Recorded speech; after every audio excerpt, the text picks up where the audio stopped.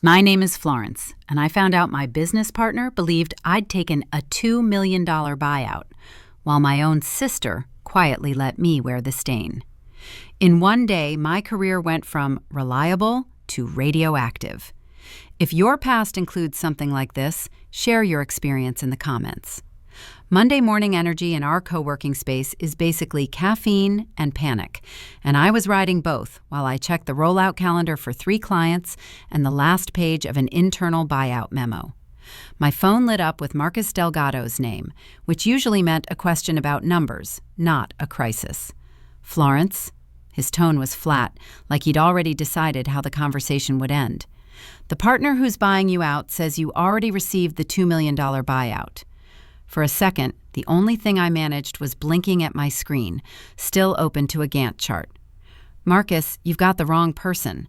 Forward me the email or the memo. A pause, then the sound of him exhaling through his nose. I've seen the wire confirmation. I'm not calling to ask. I'm calling to tell you I'm out. Before I could answer, a text popped up from my sister Heather. You busy? And without waiting, she pushed my office door open with a paper bag and the confidence of someone who'd never heard the word boundaries. Her eyes flicked to my monitor at the exact moment Marcus said $2 million, and her smile did a weird little stutter. I pulled up the buyout thread and saw a PDF in the folder labeled buyout_final that had been renamed buyout_final_final2, timestamped 2:13 a.m. Why are you keeping old paperwork? She said it like she'd wandered into a garage sale, not a fire. Marcus pinged me a photo of the transfer confirmation. The beneficiary line was cropped, but the last 4 digits of the account were visible. What are the last 4?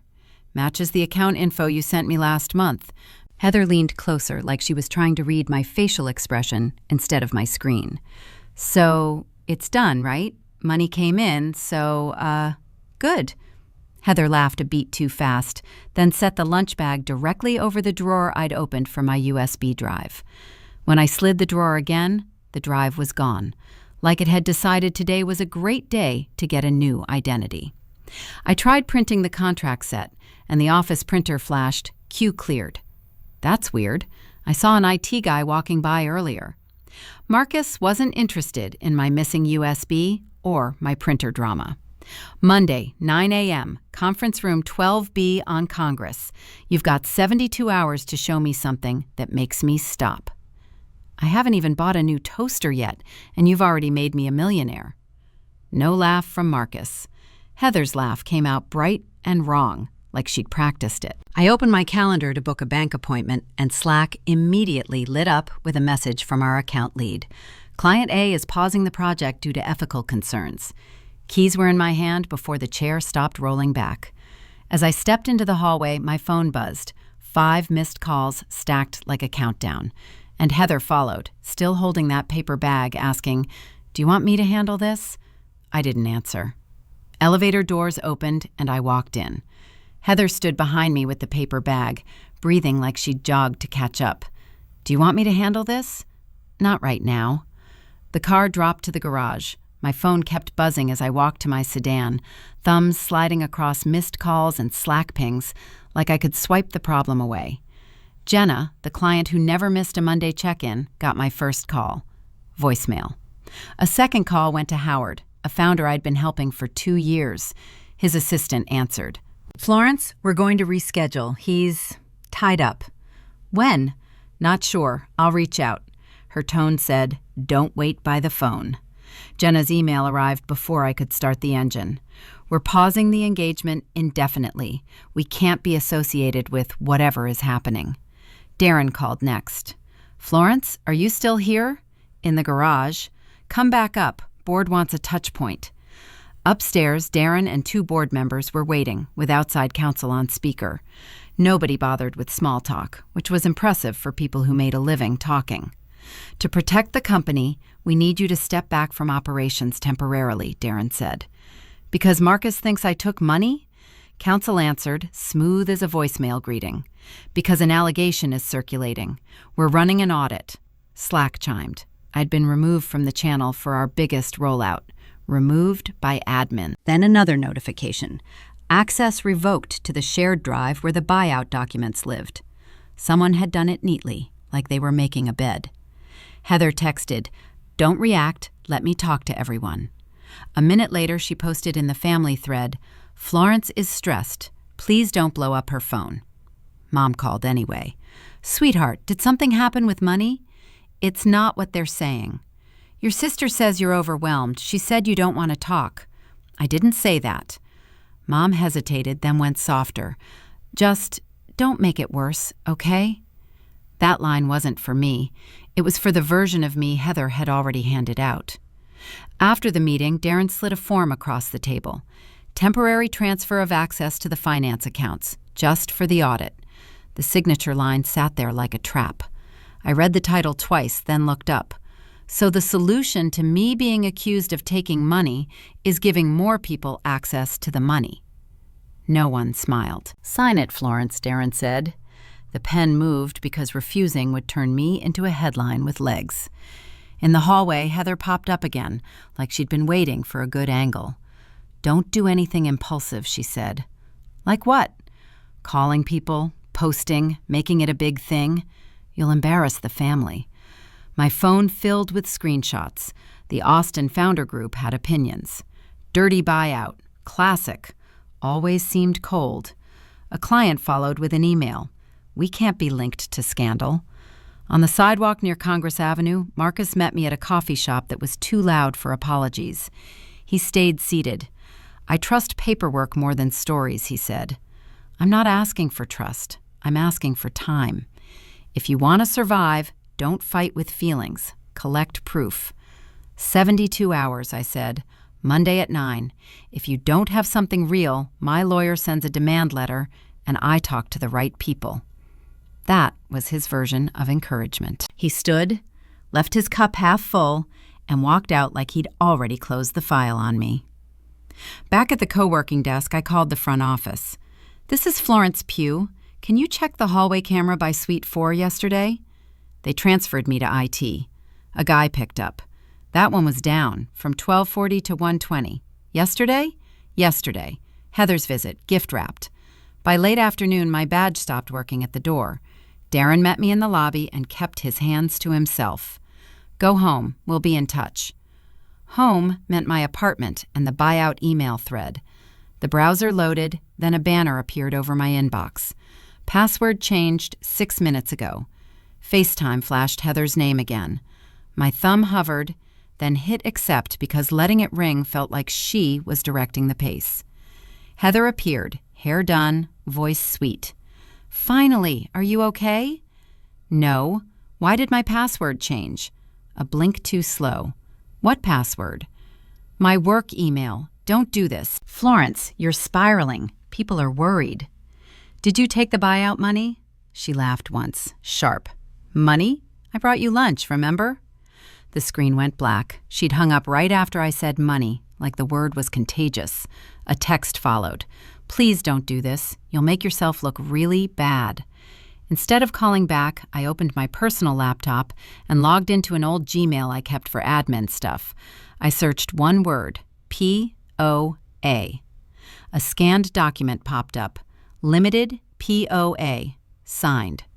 I clicked, and there it was in print. Authorized agent, Heather Pugh. My signature sat beneath it, dated during the week I'd been admitted for an infection and couldn't keep food down. At the time, Heather had framed it as a favor. "Just in case you need bills paid," she'd said. My phone rang. Mom. "Hi, Mom. Your sister says you're accusing her of stealing." I asked her a question. "She said you're not yourself. She said you're seeing conspiracies." "Did she mention my email got changed?" Mom sighed the way she does when she's trying to calm a storm without stepping into it. "Florence, don't pick a fight with your sister. Not right now." Heather texted while Mom talked. "Stop digging into the POA. Seriously, it can ruin you." No denial, just a warning about consequences. That narrowed the possibilities fast. Another notification landed from a shared Google Calendar I barely used. In that calendar, an appointment had been added. Frost Bank, 2:30 p.m. It wasn't new. It had been sitting there, hidden in plain sight, created from a secondary account I'd forgotten was even connected. The date matched the night I'd seen in the Buyout folder, 2:13 a.m. on that renamed PDF. Frost Bank at 2:30, a file rename after midnight. Those weren't separate accidents. That was a timeline. Keys, wallet, out the door.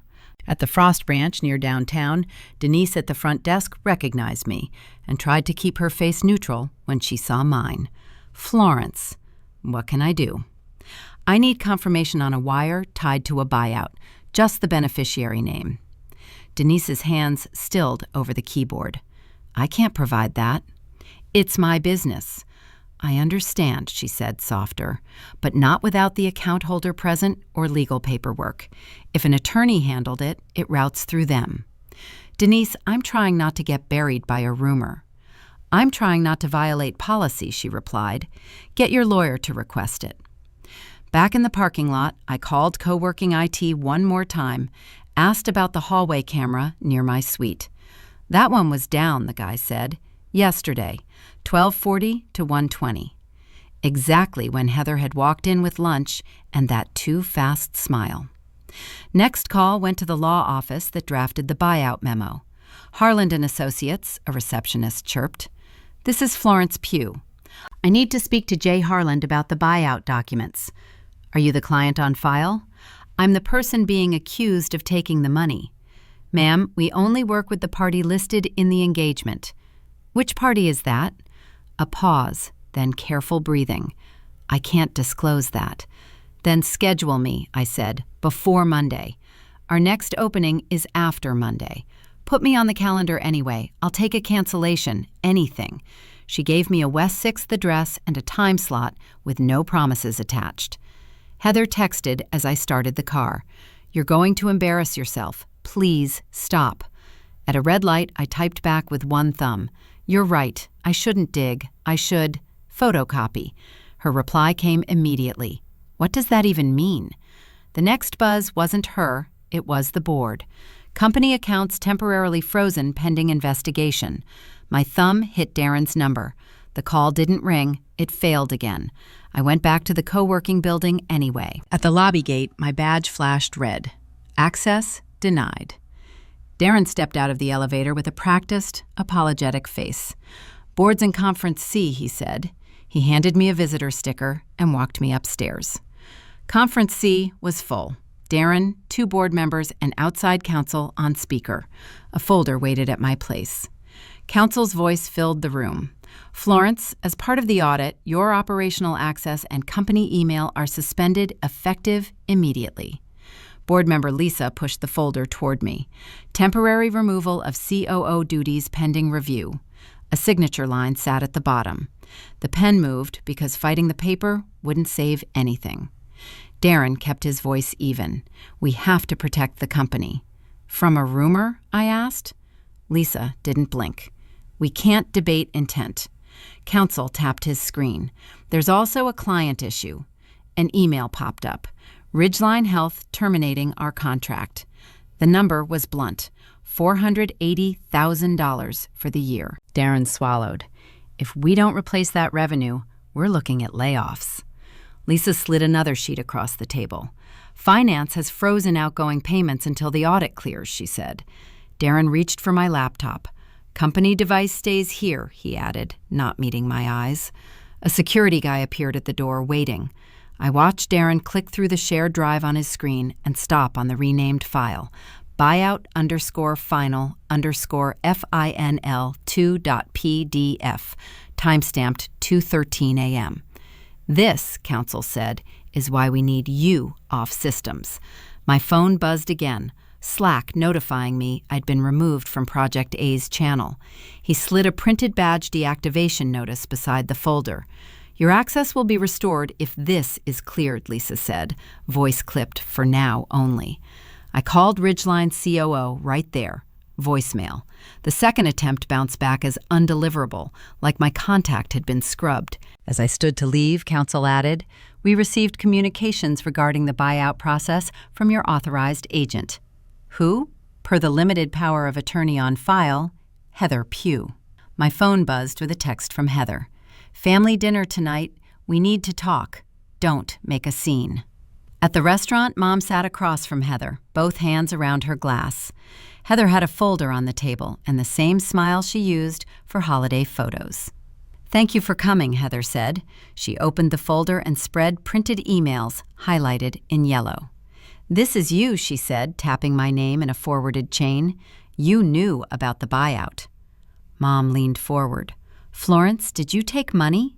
Heather answered before I did. "She's under a lot of pressure. She gets detached." The pages showed subject lines, timestamps, and my signature on the POA, nothing with a beneficiary name. It was proof of access, not proof of a crime. Heather turned to me, voice still gentle. "You're always cold, Florence. You always plan. And now you want to blame me because you can't control the fallout?" "Did you use the POA to talk to our lawyer?" I asked. "I used it to protect you," she said, like that closed the topic. Mom's eyes kept darting. "Your sister said you're not sleeping. She thinks you should talk to someone." That was the move. Make me unstable so the paperwork looked stable. My phone rang in my lap. Marcus. "Answer it," Heather said, too fast. I stepped away from the table. "Florence," Marcus said, "I heard you got benched. I'm not happy about it. But do you see it? Someone is building a situation where every system removes you automatically." "I'm trying to fix it," I said. "Stop asking people to believe you," he replied. "Put something in their hands they can't ignore." Back at the table, Heather was still talking to Mom, still shaping the story. I picked up my keys and slid my chair back. "We're not done," Heather said. No argument, no speech. I walked out, got into my car, opened a new message to a litigation attorney and typed, "I need data preservation and hold letters sent tonight. Bank, law firm, co-working IT, board." Heather's call kept pulsing on my screen, her name like a dare. The phone sat in my hand while the other hovered over send to the attorney. Her voice came through bright, controlled. "Why are you doing this?" "Because I need records preserved. You're going to ruin everything. Everything is already ruined. You're not thinking clearly," she said. "You're emotional." That one almost made me laugh, but it stayed lodged in my throat. Heather had a way of labeling any pushback as a breakdown. It made other people stop listening and made me start explaining, which was exactly the trap. "Florence, just come home," she added. "There isn't a home version of this." Heather went softer, the tone she used when she wanted to sound like the responsible adult. "Stop talking about the POA. You can make yourself look really bad." "Good night, Heather." The call ended. My thumb hit send before hesitation could crawl back. The message whooshed away to a stranger with a law degree, and for the first time all day, something moved forward that wasn't a rumor. The car rolled toward Lady Bird Lake because sitting in my apartment felt like waiting to be sentenced. My shoes hit the trail, and the pace came from muscle memory, not motivation. A couple passed with a dog. A runner nodded. Everyone else kept their life, which was both comforting and insulting. The lowest point wasn't losing the client or getting benched. It was realizing how many doors Heather had walked through because I'd held them open. A limited power of attorney signed too fast. A shared calendar I never checked. Access given out because it saved time. The word family used like a master key. None of it sounded dramatic when listed out, which made it worse. Mistakes that small shouldn't cost this much, and yet they were. By the time the car was back in the lot, the plan in my head had changed shape. Explaining wasn't going to work. Defending myself in conversations was like trying to mop up a flood with a paper towel. Systems didn't run on sincerity. They ran on documents, timestamps, and audit trails. At my apartment, the laptop opened again. The buyout thread was still locked behind the changed password, but Marcus had at least given me one thing, the wire photo with the cropped beneficiary line and those last 4 digits. The missing name was a knife someone had already used and wiped clean. Marcus texted a minute later. "Check your email, sent something." A forwarded message dropped into my old admin inbox, ugly and technical, with a long block of headers at the top. It was the wire instructions email, the one he'd relied on. The body looked normal. The header didn't. The sending server didn't match my company domain. The root line showed a device and an origin that wasn't mine. He followed with another text. And there's a guy, business manager, runs around networking events, fixing people's paperwork. Heather's been with him. What's his name? I typed. Calvin Ross, Lone Star Business Management. A name, a company, something that could be asked about without sounding like a conspiracy. The next morning, downtown traffic felt personal. The litigation attorney's office was on the third floor of a building that smelled like copier toner and old carpet. The receptionist handed me a clipboard without eye contact. A woman in her 40s introduced herself with a firm handshake. "Marilyn Cho," she said. "Tell me what happened, but keep it tight." So I did. Marcus's accusation, the cropped wire confirmation, the POA with Heather's name, the camera outage, the renamed PDF at 2:13 a.m., the board document that removed my COO duties. Marilyn didn't flinch. She wrote, asked for dates, asked for who had access to what, then nodded like she'd heard the same story in different costumes. "You want proof that holds up," she said. "I want the truth to land where it matters." Marilyn slid a fee agreement across the table. "Retainer is $10,000. We'll send litigation hold letters today. Bank, the buyout law firm, co-working IT, your board, anyone with logs." A pen waited near the signature line. The second one this week. The difference was that this one bought me leverage instead of stripping it. "One more thing," Marilyn said. "Do not go back into your company's systems. Don't try to help. They'll call it interference." "They already call me worse." "Let them," she replied. "Stay clean." The check cleared from my account by the time I walked out onto the sidewalk. A text popped up from an unknown number. "Stop bringing up the POA. She's trying to save you." My thumb opened the Notes app, and the cursor blinked while I started listing what needed to be collected tonight. Marilyn's email hit my phone before the dishes were cold. Harland and Associates would meet briefly at 10:30 a.m. on West 6th. The wording felt like they were doing me a favor by letting me breathe in their lobby air. At the office, the receptionist scanned me, then my name, then her screen. "Ms. Pugh, you're not the party of record." "I know. I'm the person being accused." A door opened and a junior attorney stepped out, crisp suit, tired eyes. "Mr. Harland can't speak with you," he said. "All communications went through the authorized representative listed in the file." "Heather," I said. He didn't correct me. "Who signed the engagement letter?" Marilyn asked beside me. The junior attorney kept his smile locked. "We have documentation." "What documentation?" Marilyn pressed. "I can't provide copies without a subpoena," he replied, and walked back through the door. Outside, Marilyn called the bank's legal line while I stood on the sidewalk and watched office workers pretend not to eavesdrop. She ended the call and looked at me. "They won't release the beneficiary name without formal process," she said, "and someone filed a clarification on that POA this morning." Someone meaning Heather, someone meaning Heather's lawyer. We drove to a UPS store because Marilyn wanted the hold letters sent certified, tracked, and undeniable. The clerk weighed the envelopes like they were bricks. "Anything fragile?" he asked. "Business records," Marilyn said. At Frost Bank, a manager met us in a small conference room and set a folder on the table. "I can explain procedure," she said, careful. "I can't give account details today." Marilyn slid her card forward. "We're requesting confirmation of the wire beneficiary and the instructions used." And the manager nodded. "With a court order or proper authorization, yes." "Proper authorization," I repeated. She flipped a page. "We received a revocation notice tied to a limited power of attorney. It creates uncertainty about who had authority when." "So you're telling me my sister filed paperwork after the fact," Marilyn said. The manager didn't react. "I'm saying legal needs clarity." Back in the car, my phone buzzed. A co-working IT ticket confirmation had arrived in response to Marilyn's hold letter.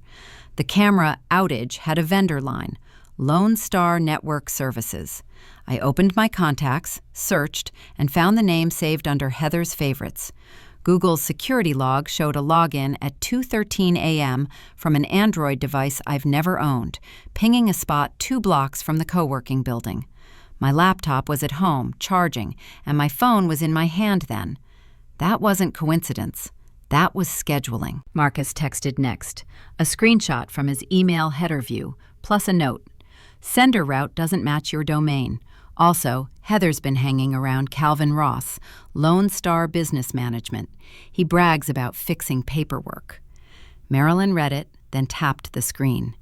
Calvin is your sister's operator, she said. This isn't her grabbing cash. This is her buying leverage. How? Came out of my mouth before I could stop it. Marilyn didn't answer with feelings. She answered with mechanics. Take you out of the company, she becomes the person who handled the deal. Or she installs someone who owes her. Money is the receipt, not the prize. When we got back to my apartment, a courier envelope waited at my door. The return address was a small law firm in Round Rock. Marilyn opened it with her key and skimmed the first page. It's a cease and desist, she said. They're accusing you of defamation and harassment.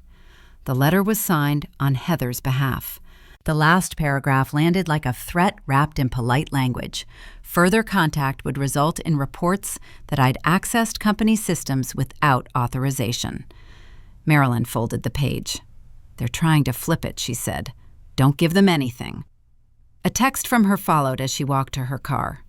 Board agreed to an emergency meeting tomorrow morning. Marcus will be there. You get one shot to make them stop grinding you. Marilyn met me in the lobby of the Congress Avenue building with a manila folder and a mug. Marcus Delgado stood near the elevators, hands in his pockets, looking like he'd slept in his truck.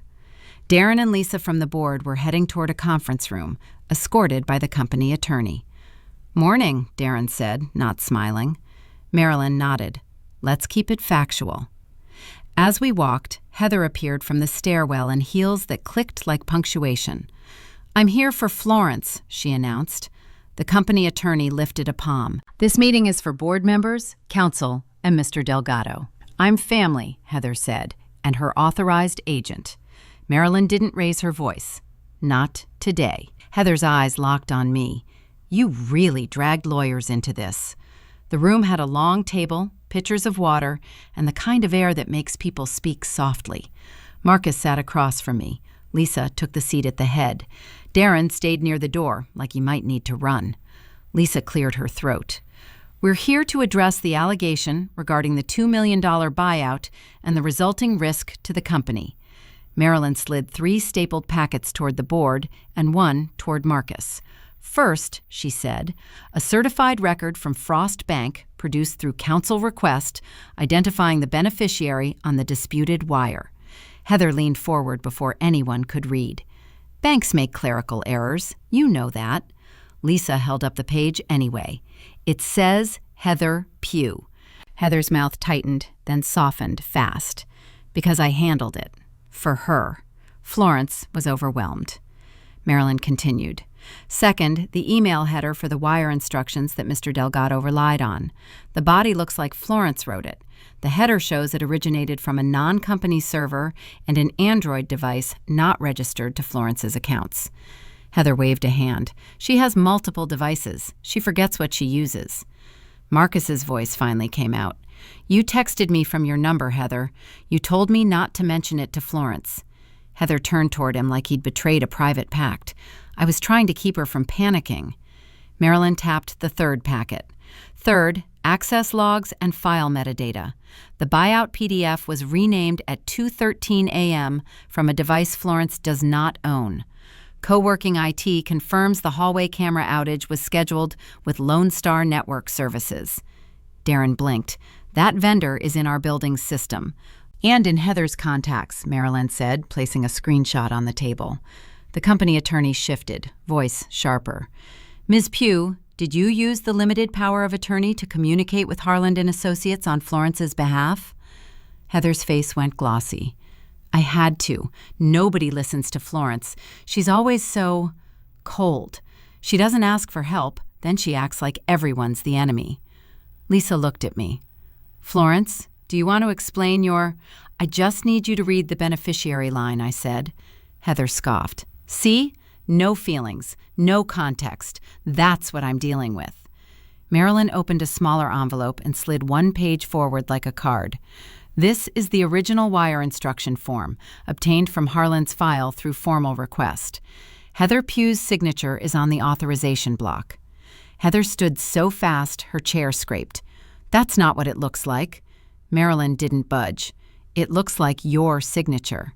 Heather's voice rose. I did it to protect her. She would have ruined the negotiation. I was saving her job.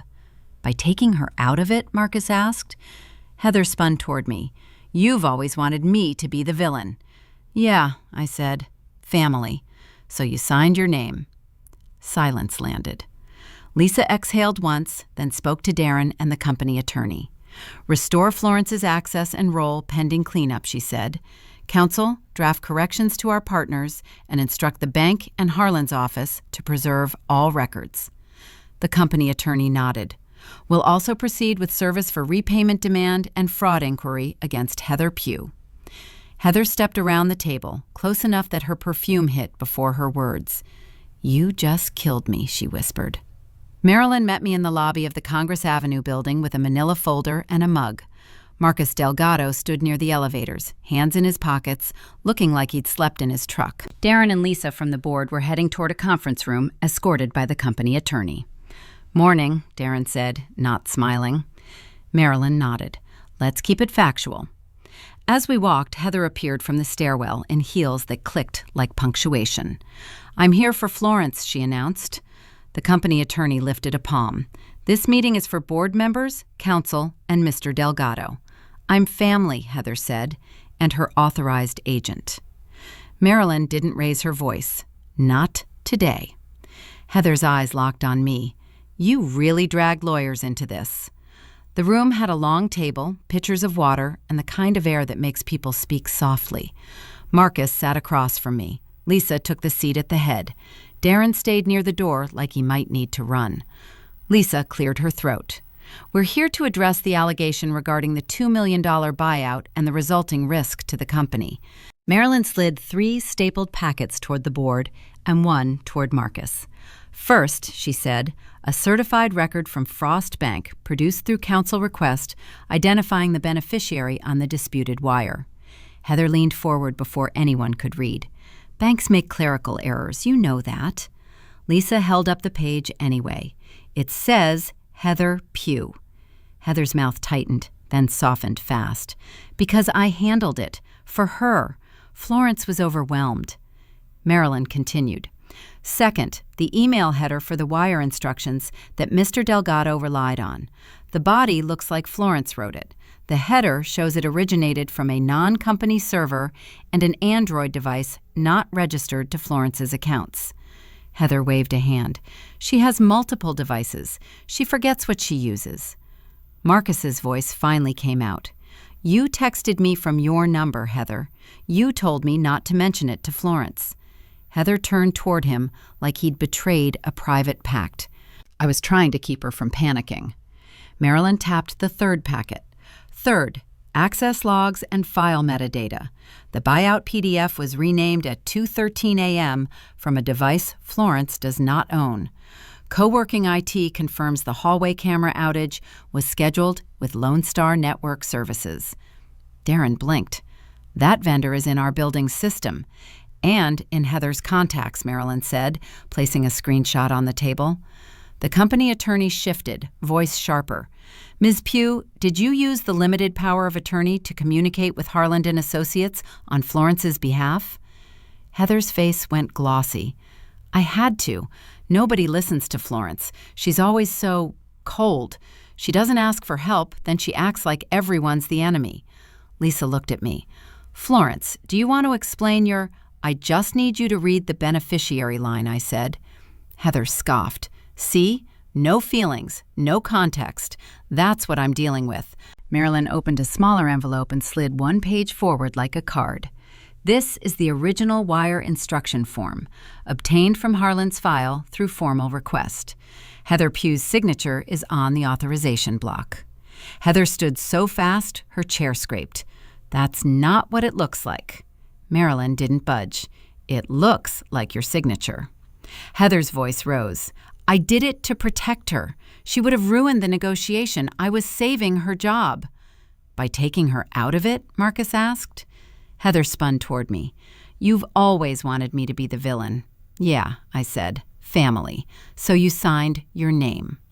Silence landed. Lisa exhaled once, then spoke to Darren and the company attorney. "Restore Florence's access and role pending cleanup," she said.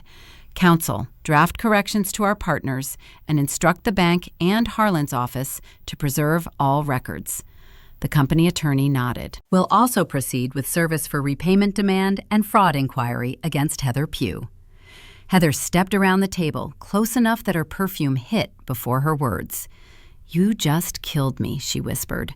The folder in my hand slid across the table toward Marilyn, and the door opened behind Heather as building security walked in.